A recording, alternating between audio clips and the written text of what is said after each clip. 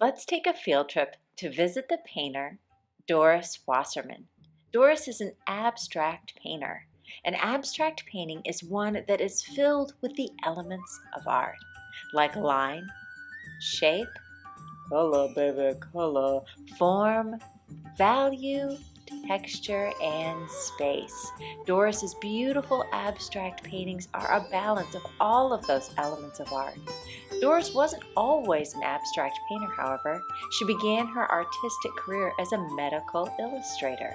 However, she decided one day to take an abstract painting class and was introduced to a new world of creating. Today, we're going to take a field trip to her studio to see how she creates. We might even get a visit from her dog, Louie, and we'll enjoy learning all about her process. So let's get started on our field trip to visit Doris Wasserman. Hi everybody, hi boys and girls, I'm Doris Wasserman and I want to welcome you to the gallery at the Jewish Community Center. My work is up until the end of March. There are actually two kinds of abstract art. There's objective and non-objective. Objective means that there's actually objects in the painting that you recognize. Non-objective means that it's simply a painting filled with the elements of art, no objects. Doris begins by creating lots of tints of color using white. Then she hangs up a grouping or a series of paintings. She brushes the color on with her right hand and blends and scrubs it in with her left hand, using both hands to create her paintings.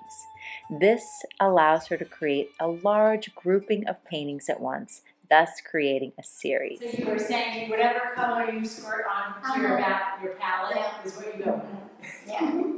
And then you kind of paint them on loosely, or? Yeah, like I load up my brush that I mix the paint up in, so lots of white. I tend to use lots of white.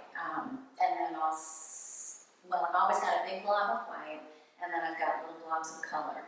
And whatever has the most white in it is the one that usually covers the canvas. So I'll just go in and put a little paint here and a little paint over here. While I'm painting over here, I'm scraping this one into the canvas and moving it around and thinning it out. And then it'll dry pretty quickly, and I'll move to another canvas. And when I work in this co-op studio, I will have paintings on that side of the wall as well. So I'm actually working where I can work on one here and I can work on one over here. And then You're moving all around. Yeah, it's very, I don't sit to paint this. And so they all hang up when you work. Yeah.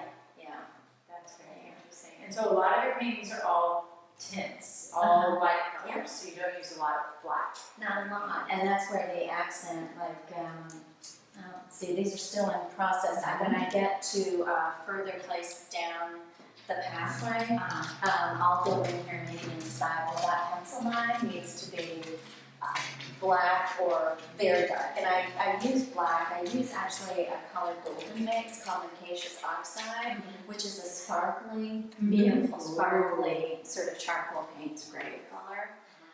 And then I blend those colors into whatever colors I've already got up here. So on the palette, I'll have like a little puddle of this dark color that it's not black and it's not just charcoal, it's a bunch of colors blended together.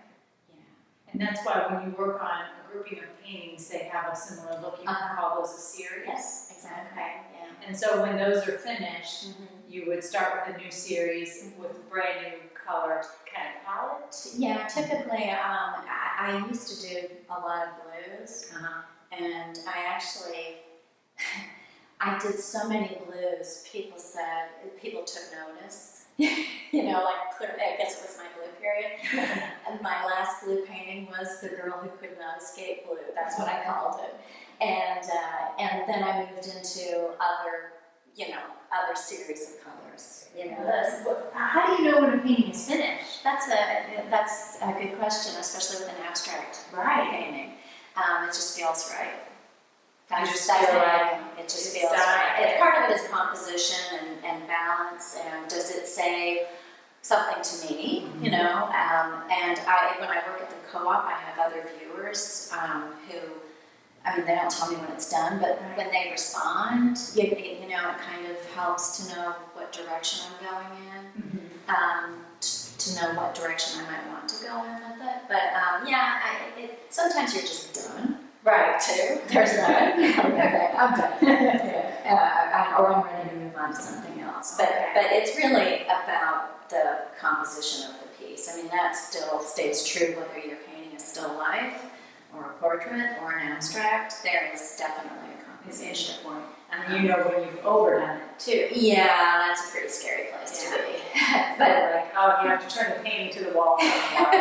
Right, or just shift it out of the circulation and move it out for a while. Now, when I picked this painting up, I didn't ask if I was holding it correctly. So when somebody hangs up an abstract painting, you know which way is the correct way out. But if somebody hangs it incorrectly, Right.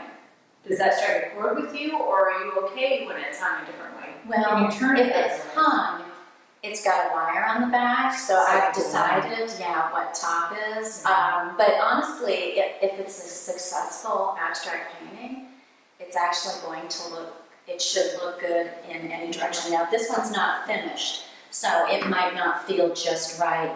That's actually how I see it. But it's not finished, so, we don't know how that's going to wrap up.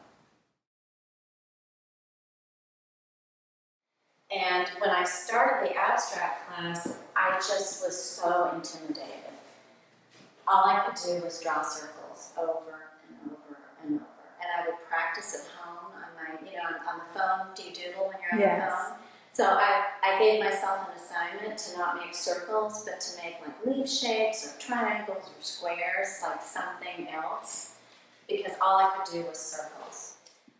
One process that we do is blindfolded painting. Mm-hmm. So they load up their palettes with paint and they put their paper on the wall and they, everything's situated and then the blindfold goes on. They know what their tools are, and so, they're really a lot more free, less judgmental. In our class, we talk about the elements of art. Line, shape, color, texture, value. All of those spaces. You have all of those things in your painting. Every single one of them. They're beautiful examples of how we call them like our recipe card. Like you have to have those ingredients to in make the cover a masterpiece. And then the sugar and spices would be balance, which you have, and contrast. I see a lot of contrast in this one. So beautiful. It has been so much fun to learn about Doris's process of starting with light colors that are tints, going back with both hands to scrub the paint in, using fine lines and details to finish off her masterpiece, even incorporating collage. Thank you so much, Doris, for letting us have a peek into your creative process.